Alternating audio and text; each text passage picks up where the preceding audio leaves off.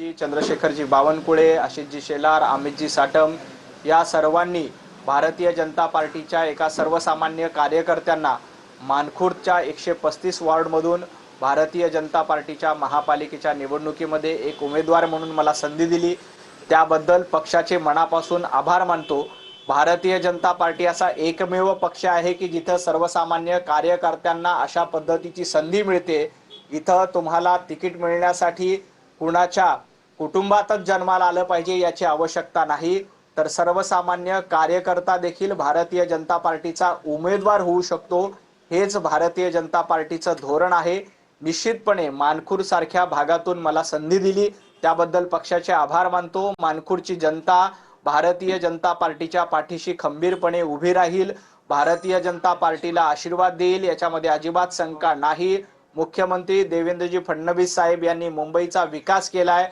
मानखुर्द संजय राऊत यांनी बूट चाटण्याची भाषा करू नये। जे संजय राऊत स्वतः राहुल गांधींचे तळवेट चाटतायत, जे स्वतः सोनिया गांधींची गुलामी करतायत, दिल्ली पुढे झुकणारे कोण असतील तर उबाटा गट आणि संजय राऊत तुम्ही आहात।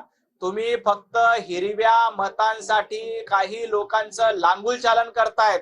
उबाटा गट सोनिया गांधींची गुलामी करण्याचं काम करतंय हे महाराष्ट्राने बघितलेलं आहे।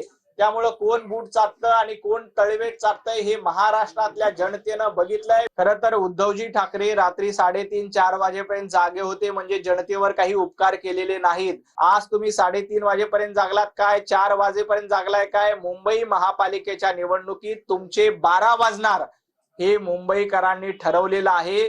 तुमच्या दोन्ही भावाच्या युतीचा मुहूर्त देखील 12चाच होता।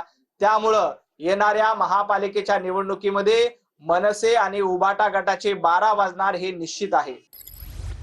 तर नवनाथ बन यांनी ठाकरे गटावरती निशाणा साधत टीकास्त्र डागलेलं आहे।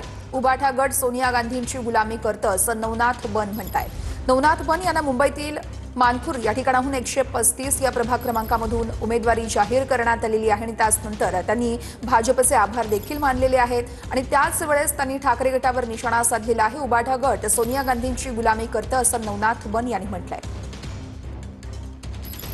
मुंबईकरांनी ठरवलेलं आहे। तुमच्या दोन्ही भावाच्या युतीचा मुहूर्त देखील 12चाच होता। त्यामुळं येणाऱ्या महापालिकेच्या निवडणुकीमध्ये मनसे आणि उबाटा गटाचे 12 वाजणार हे निश्चित आहे।